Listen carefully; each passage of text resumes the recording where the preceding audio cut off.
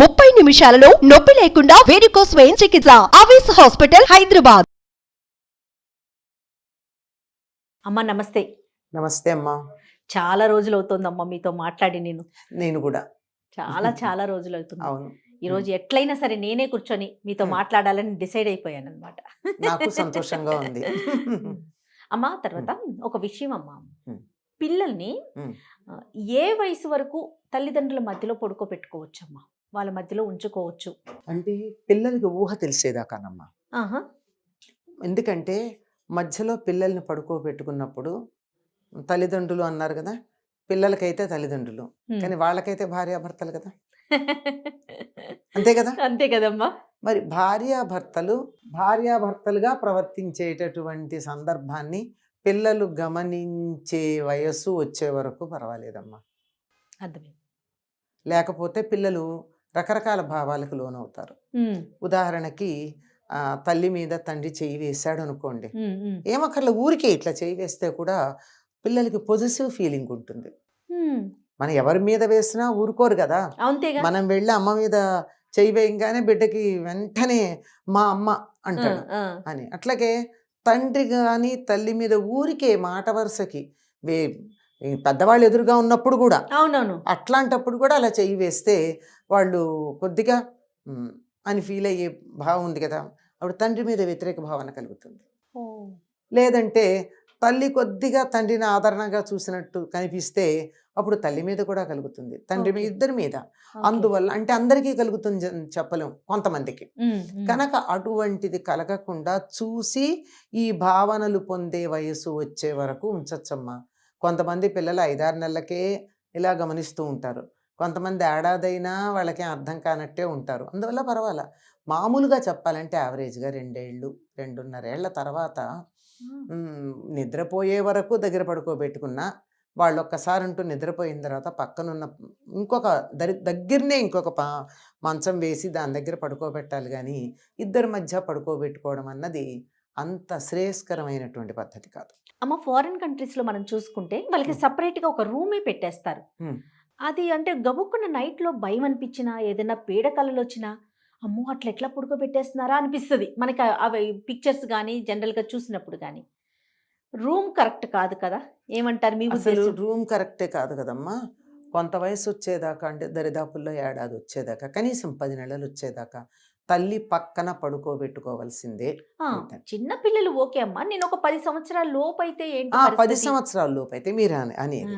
ఎందుకంటే తల్లిదండ్రులు మాకు దగ్గర ఉన్నారు అనేటటువంటి ఒక భద్రతా భావం చాలమ్మా వాళ్ళకి, దగ్గరికి ఏమి చేసినా చేయకపోయినా. కానీ అలాగని చెప్పి వీళ్ళు పిల్లలు దగ్గర ఉండగా తల్లిదండ్రులు కొంచెం దగ్గరగా ఉన్నట్టయితే వీళ్ళు భరించలేరు. వేరే రూమ్లో పడుకోబెట్టడం కన్నా, మనకి పూర్వకాలం ఎలా ఉండేది, పెద్దవాళ్ళకు మంచం ఉండేది, దాని కింద ఇంకో చిన్న మంచం ఉండేది, ఆ మంచం లాగి పిల్లల్ని పడుకోబెడుతూ ఉండేవారు.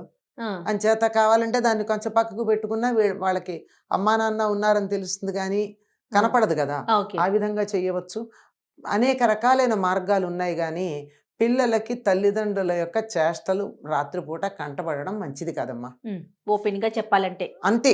అస్సలు అది వాళ్ళల్లో రకరకాల భావాలు కలిగిస్తుంది. ముందర తల్లి మీద కానీ తండ్రి మీద కానీ వ్యతిరేక భావన కలిగించడంతో పాటు అటువంటి చేష్ట వాళ్ళు కూడా చేసే ప్రయత్నం చేస్తే అదే ప్రమాదం కదా. అంచేత వాళ్ళ కళ్ళెదురుగా ఉండకూడదు. కానీ నిద్రపోయే వరకు పిల్లల్ని దగ్గర పడుకోబెట్టుకోవడం అన్నది ప్రధానమైనటువంటి అంశం. ఎందుకంటే భద్రతాభావంతో పడుకుంటారు. ఆ తర్వాత వాళ్ళని పక్కకి జరపచ్చు. నిద్రపోయిన తర్వాత ఎత్తుకుని పడుకోబెట్టచ్చు, లేదంటే వాళ్ళని నిద్ర బాగా వచ్చిన తర్వాత లేచి పక్క పడుకోనన్నా అంటే పక్కకు వెళ్తారు, అదేం పర్వాలేదు. కానీ అప్పటి వరకు మాత్రం అది శ్రేయస్కరమైనటువంటి పద్ధతి కాదు విడిగా పడుకోబెట్టడం.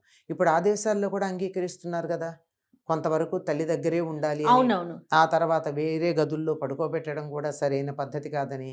ఆ తర్వాత ఏమవుతోంది, వాళ్ళకి ఒంటరిగా ఉండడం అలవాటైపోయి అసలు ఇంకొకళ్ళ గురించిన ఆలోచన కానీ పట్టించుకునేటటువంటి లక్షణం కానీ లేకుండా తయారవుతున్నారు. నేను ఇప్పుడు అదే పాయింట్ అడగాలనుకుంటున్నాను. ఇప్పుడు నైట్ అంతా ఒక్కళ్ళే ఉండటం వలన ఇంకా మిగతా వాళ్ళతో కలవలేకపోవటం, ఎక్కడికి వెళ్ళినా అడ్జస్ట్మెంట్ అనేది లేకపోవటం, హ్మ్. ఇలాంటి ఇష్యూస్ ఉంటాయి కదమ్మా. చాలా ఉంటాయి. అసలు పక్కన ఇంకోళ్ళు తగిలితే ఉండలేకపోవడం. ఇరిటేషన్ వచ్చేస్తుంది అది. వాళ్ళకి. దాంతో కొంత వయసు వచ్చేటప్పటికి 11, 12 టీన్స్‌లోకి వస్తారు కదా! ఆ, టీన్స్‌లోకి వచ్చేటప్పటికి ఎవరైనా ఇలా ముట్టుకోగానే వాళ్ళకి వెంటనే ఆ స్పర్శ తాలూకు అనుభూతి కలిగి ఆ స్పర్శ కోసం వెంటపడడం. ఇట్లా కూడా అవటానికి అవకాశం ఉంది కదా. ఇట్లా ఉంది. ఆ, అట్లా ఉంది. అందువల్ల ఏది కూడా ఎక్స్‌ట్రీమిటీ అన్నది పనికిరాదమ్మా. yes. మధ్యలో సమన్వయంగా ఉండాలి. ఆ, అంతే. పిల్లల్ని దగ్గర పడుకోబెట్టుకోవాలి. అట్లా అని మరీ దూరము పెట్టాలి. మరీ దగ్గరగా పట్టుకుని కావలించుకొని పడుకోకూడదు. yes. దూరంగాను ఉండాలి. చెయ్యేస్తే అందుబాటులో ఉండాలి. పిలిస్తే పలికేట్టు ఉండాలి. ఆ. అంతేగాని వాళ్ళ కళ్ళపడని దృశ్యాలు కళ్ళపడకుండా ఉండాలి. Yes. ఇది ఒక వయసు వచ్చిన పిల్లలు ఉన్నారనుకుందాం. హ్మ్. సాధారణంగా ఆడపిల్లల పక్కనైతే తల్లి పడుకుంటుంది అనుకుందాం కొన్ని సందర్భాలు. మరి మగపిల్లల పరిస్థితి ఏంటి? ఒక వయసు వచ్చిన పిల్లల దగ్గర తల్లి కూడా కొంచెం దూరంగా ఉండటమే ఉండటమే అవసరం. అవసరమమ్మా. తప్పనిసరిగా. అమ్మాయి ఇప్పుడు తల్లి తండ్రికి ఇప్పుడు పడుకునే విషయం మామూలుగా దగ్గర కూర్చోవడం, మామూలు విషయాలు తల కాదు. దువ్వడం, తలంటి పోయడం, అవసరమైతే ఆ. అవన్నీ చేయడం, ఏదో కాళ్ళు పట్టడం ఉంటాయి కదా. అవునవును. ఇవన్నీ చేయొచ్చు. కానీ పడుకునే విషయానికి వచ్చేటప్పటికి మాత్రం తల్లి అయినా తండ్రి అయినా ఒక వయసు వచ్చిన తర్వాత పక్కన పడుకోవడం అన్నది అంత శ్రేయస్కరమైనటువంటి విషయం కాదు. విడిగా పడుకోవడమే మామూలుగా పద్ధతి. ఏదో నలుగురు వచ్చినప్పుడు ఎక్కడికన్నా వెళ్తే అడ్జస్ట్ అదే. అయినప్పుడు 10 మంది మధ్యలో పడుకోవడంలో వేరు. ఆ, 10 మంది ఉంటారు, ఏ పెళ్ళికో పెడతారు, సరిపోదు చోటు, అందరూ ఒకళ్ళ పక్కన ఒకళ్ళు పడుకుంటారు. ఆ. అక్కడ సమస్య కాదు. ఓకే. మరి వయసుకు వచ్చిన పిల్లల్ని ఒంటరిగా వదిలేయొచ్చు అంటారా? పడుకోబెట్టొచ్చా సపరేట్ గా? ఈ సమస్యలన్నీ ఇప్పుడే వస్తున్నాయి. పూర్వకాలం ఉండేది కాదు, నలుగురు ఉండేవారు గనక. ఇప్పుడు సంతానం ఎక్కువ ఇప్పుడు కదా. భార్య భర్త ఒక కొడుకో ఒక కూతురో ఉండేటప్పటికి ఈ సమస్యలన్నీ వస్తున్నాయి.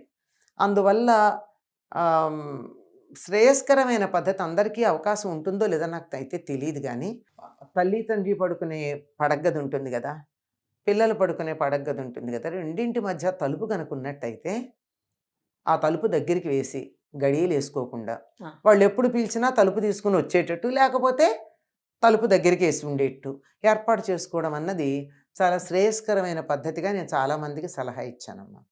పిల్లలకి అందుబాటులో ఉండేలా, అందుబాటులో ఇబ్బంది ఉంటాం. లేకుండా. అమ్మా నాన్న పక్కన ఉన్నారు, ఉమ్. మనం ఈ గదిలో ఉన్నాం, మంచం సరిపోదు కనుక ఇక్కడ పడుకున్నాం, కావాలంటే తలుపు తోసుకుని పెడతాం. Yes. లేనప్పుడు ఎందుకు? ఆ, నా ప్రైవసీ నాది, వాళ్ళ ప్రైవసీ వాళ్ళది. yes, yes. అదే ఆ రకం. ఇప్పుడు బేసిక్గా మనకు ఒక కాన్సెప్ట్ ఉందనుకోండి, అమ్మా. దాన్ని బట్టి మనం చేసుకునే వెసులుబాట్లు రకరకాలుగా ఉంటాయి. ఉమ్, ఉమ్. అసలు అక్కడే మనం ఫెయిల్ అవ్వడం వల్ల సమస్యలు వస్తున్నాయి. Yes. అమ్మా, అక్కడ- ఇదివరకు ఏం చేసేవారు? పూర్వకాలంలో చాలా మంది ఉండేవాళ్ళు కదమ్మా. ఉమ్మడి కుటుంబాలు ఉండేవి. ఉమ్మడి కుటుంబాలు ఉండేవి. అందరికీ తలొక గది ఉండేది కాదు. ఆ, సాయంకాలం అయ్యేటప్పటికి పక్కలు పరిచేవాళ్ళు, పగలు పక్కలు ఎత్తేసేవాళ్ళు. ఆ, పర్మనెంట్ మంచాలు కాదు కదా. కదా, మడత మంచాలు లేదా మామూలు మంచాలు ఎత్తో పక్కన పెట్టేవారు. చక్కగా పక్కలు వేసేవారు. ఎవరి మంచం మీద వాళ్ళు ఒకే హాల్లో పడుకునేవాళ్ళు. హాలో, వరండానో, గదులు ఎన్ని ఉంటే అన్ని. ఇప్పుడు 10 మంది పిల్లలు అంటే 10 మంది పిల్లలు అంటే ఒకళ్ళకే కాదనుకోండి, అన్నదమ్ములు 3 4 ఉన్నారు. Yes, yes. ఈ అన్నదమ్ముల పిల్లలు వాళ్ళ పిల్లలు కలిపి 10 మంది ఉన్నారు. ఈ 10 మందికి 10 గదులు ఇచ్చుకుంటే ప్యాలెస్ కావాలి.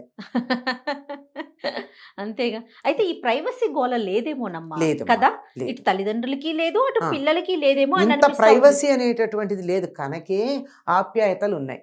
ఎప్పుడైతే ఈ ప్రైవసీ అని వచ్చిందో ఎవరికి వాళ్ళైపోయి ఇంకోళ్ళ గురించి పట్టించుకోకపోవడం, ఇష్టం లేకపోవడం, ఒకళ్ళకొకళ్ళు వాసన పడకపోవడం వచ్చిందమ్మా. టచ్ మీ నాట్ లాగా అయిపోయింది అయిపోయారు. కదమ్మా. అందుకే వ్యక్తులుగా ఉంటున్నాం తప్ప కుటుంబంగా ఉండట్లా మనం. బా, సూపర్ అమ్మా, నిజం చెప్పారు. Hmm. వండర్ఫుల్. Hmm. వ్యక్తులుగానే వ్యక్తులుగా మిగిలిపోతున్నాం. మిగిలిపోతున్నాం. కుటుంబం లేదు, ఒక ఆప్యాయత లేదు, ఒక యూనిటీ లేదు. దేశ సమైక్యత గురించి మాట్లాడతాం, ముందు మన ఇంట్లో గ్లోబల్ విలేజ్ అని మాట్లాడతాం, ప్రపంచంలో ఉన్న మానవులందరూ ఏకమని మాట్లాడతాం. కుటుంబంలో ఉన్న 3 4 ఏకంగా ఉండలేకపోతున్నారు కదా. ఉమ్. ఇది ఎందుకు ఆలోచించట్లా? సరే 10 మందిని కనలేకపోతే వదిలేద్దాం. కనీసం ఇళ్లలో అమ్మనో నానమ్మనో ఉంచుకుంటే పిల్లలు వాళ్ళతో ఉంటారు కదా. మనకేమో వాళ్ళు నచ్చట్లేదు, ఇద్దరం ఉద్యోగాలు చేయాలి, ఇంట్లో పెద్దోళ్ళు ఉండొద్దు. ఉమ్. అందుకని కుటుంబ వ్యవస్థను ప్రోత్సహించండి, ఎంకరేజ్ చేయండి అన్నట్టు ఒక లైన్ అదే చెప్పు. చెప్పండి. ఇప్పుడు ఒకప్పుడు మా చిన్నతనంలో 5 6 పిల్లల దాకా అందరు ఉండేవాళ్ళు. వాళ్ళే పెరిగి వాళ్ళు పెరిగేవాళ్ళు. కలిసి ఉమ్మడి పడుకోవడం. కుటుంబాల్లో ఉంటే 10 మంది ఉండేవాళ్ళు. అమ్మ లేకపోతే కూడా విడిగా ఉంటే కనీసం 3 పిల్లలు. తర్వాత 1 or 2 వచ్చింది. ఆ తర్వాత ఓన్లీ 1 వచ్చింది. ఆ తర్వాత 1 ఆర్ నన్ను వచ్చింది. ఇప్పుడు నన్ను వచ్చింది. మాకు పిల్లలు వద్దనుకునే వాళ్ళు ఎంతమంది లేరమ్మా? అవునవును, చూస్తూ ఉన్నాం కదా. ఇలా వచ్చేసింది దేనివల్ల అంటే ఒక రకమైన అభద్రతా భావం పేరెంట్స్కి, పిల్లలకు కాదు. అమ్మా. మేము పిల్లల్ని పెంచలేం, ఇది పిల్లలంటే బాధ్యత, వాళ్ళని చూసుకోలేం. చూసుకోలేకపోతే ఎందుకు చూసుకోలేరు? ఉద్యోగం దేనికి? మేము బాగుండడానికి. ఇవాళ బాగున్నాం, రేపటి సంగతి ఏమిటి? అది ఆలోచించట్లేదమ్మా. ఆలోచించట్లా. ఆ, అసలు దీనికి అంతటికి గొప్ప పరిష్కారం ఉండనే ఉంది. నేను ఎప్పుడూ నా విద్యార్థులకు చెప్తూ ఉంటాను, వాళ్ళు చాలామంది నాకు ఫీడ్బ్యాక్ కూడా ఇస్తారు. అమ్మా. మీరు మీ అత్తగారును అమ్మ అంటే ఆ ఆడపిల్లలకైతే అత్తగారు, అబ్బాయికైతే అమ్మ, ఆ, అత్తగారును అమ్మగారును ఇంట్లో పెట్టుకోండి. ఏమవుతుందంటే ఒకవేళ ఒక అత్తకి కోడలు పరాయిది, తిడుతుంది, విసుక్కుంటుంది, నో ప్రాబ్లం. ఉమ్, నీ పిల్లల్ని తన వాళ్ళుగా చూసుకుంటుంది కదా. ఒక నానీ కన్నా బెటర్ కదా, ఒక ఆయా కన్నా బెటర్ కదా. Why don't you think like that? yes, నువ్వు ఎంత exactly. విజిలెన్స్ పెట్టాలి ఒక ఆయానో నానీనో పెడితే? అవును. వాళ్ళు ఏం చేస్తున్నారో ఏం తెలుసు? వచ్చేప్పటికి నీట్గా ఉంటారు పిల్లలు, అంతే ఆలోచిస్తున్నారు. కానీ ముందు మరగట్లేదు. జాగ్రత్త కదమ్మా. ముందు ఇప్పుడు ఈ జాగ్రత్త. రోజుకి ఇంటికి సంబంధించి వచ్చేటప్పటికి కొంచెం ఆలస్యం అయింది. ఆలస్యం అయితే అత్తగారు తిడుతుంది, ఏమిటి నీకు ఇంట్లో పిల్లలు లెక్కలేదా, ఇంత ఆలస్యంగా వచ్చావని. ఒక నిమిషం ఊరుకో, అయిపోతుంది. చూడలేక అన్నది. ఆఫీస్లో బాస్ తిడితే పట్టలేదా, అత్తగారు తిడితే ఏం మాయరోగం పడ్డానికి? బాగా చెప్పారమ్మా. ఉమ్, నీకు నీ అత్తగారికి పడకపోవచ్చు, there is no doubt about it. అంటే ఎందుకంటే చాలామంది విషయంలో. అవునవును. కానీ నీ పిల్లలు ఆవిడ మనవాళ్ళు మనవరాళ్ళు కదా, ఉమ్, వాళ్ళని చూసుకుంటుందిగా. వాళ్ళ కోసమైనా కాంప్రమైజ్ కావాలి కదా. అది చెప్పింది. నీ పిల్లలకి ఎంత భద్రతాభావం ఉంటుంది నానీ కన్నా. ఏమవుతున్నది, వాళ్ళు ఏమంత తెలివిగల వాళ్ళు ఉంటున్నారమ్మా. ఉమ్, ఉమ్, ఈ మన పిల్లల తెలివి తక్కువతనానికి నానీల పెంపకమే కారణం. వాళ్ళ స్థాయిలోనే ఎదుగుతున్నారు పిల్లలు. అవును, మెంటల్ స్టాండర్డ్ అంతకన్నా ఎదగట్ల. అవును, అవును. మరి అందువల్ల దీనికన్నా ఎక్స్పీరియన్స్డ్ మన కుటుంబాల్లో ఉన్నవాళ్ళు, ఎంత లేదన్నా ఇంతో అంతా చదువుకున్న వాళ్ళు, వాళ్ళు అవును. అనుభవం కలిగిన వాళ్ళు, వీళ్ళు ఏదో ఒకటి మన పిల్లలు అనే ఉద్దేశంతో ఉంటారు. వాళ్ళ దగ్గరికి వదిలేసినట్టయితే చాలా విషయాలు నేర్చుకుంటారు. మనం నేర్చుకొని ఎన్నో విషయాలు నేర్చుకుంటారు. ఉమ్, కనుక కొద్దిగా ఆలోచించండి. ఎంతసేపు వాళ్ళు మనకి బరువు అని అనుకోకుండా, ఉమ్. ఇటు అమ్మనైనా అత్తగారినైనా ఎవరైనా ఎవరో అనుకోండి, ఒకరిని ఇంట్లో పెద్దవాళ్ళు. ఎవరో ఒకళ్ళు పెద్దవాళ్ళని, వాళ్ళని మూటలు, బరువులు, బస్తాలు అనుకోవద్దు. ఇదే కదా టెర్మినాలజీ వాడుతున్నారు చాలా అవునమ్మా, భయంకరంగా. అవునమ్మా. వాళ్ళ వల్ల మనకి మేలు జరుగుతుందన్న ఒక్క దృష్టితో think about the problem from other side. వాళ్ళ వైపు నుంచి ఆలోచించాలి. వాళ్ళ వైపు నుంచి, మన వైపే, మనమే, అంతేనా? వాళ్ళదేం కాదు, మనమే. వాళ్ళు ఉంటే మనకి బరువు అనుకునే దగ్గర ఆ. నుంచి వాళ్ళు ఉంటే మనకేం లాభం అన్న దృష్టిలోంచి yes, yes. ఆలోచించుకున్నట్టయితే ఆ, బాగుంటుంది. ఇప్పుడు పిల్లలు వాళ్ళ దగ్గర పడుకుంటారు, ఆడపిల్ల అనుకోండి, మేనత్తో నాయనమ్మో వాళ్ళిద్దరూ ఒక గదిలో పడుకుంటే ఆ పిల్లకి భద్రత, మీరు హ్యాపీగా ఉండొచ్చు. yes. అంటే వీళ్ళ సుఖాన్ని చెడగొట్టే వాళ్ళు కూడా ఉంటే ఉండొచ్చు, ఆ, ఎక్కడా ఉంటారు. yes. ఇప్పుడు అందరూ అలా ఉంటారని చెప్పలేం, అలా ఉండరని కూడా చెప్పలేం. అందువల్ల మన జాగ్రత్తల్లో ప్రతి సమస్యని మనకున్నటువంటి పరిస్థితుల్లో మనకి చేతనైన రీతిలో దాన్ని పరిష్కరించుకునే ప్రయత్నం చేయాలి. Every problem is unique. చాలా బాగా చెప్పారమ్మా. నమస్తే.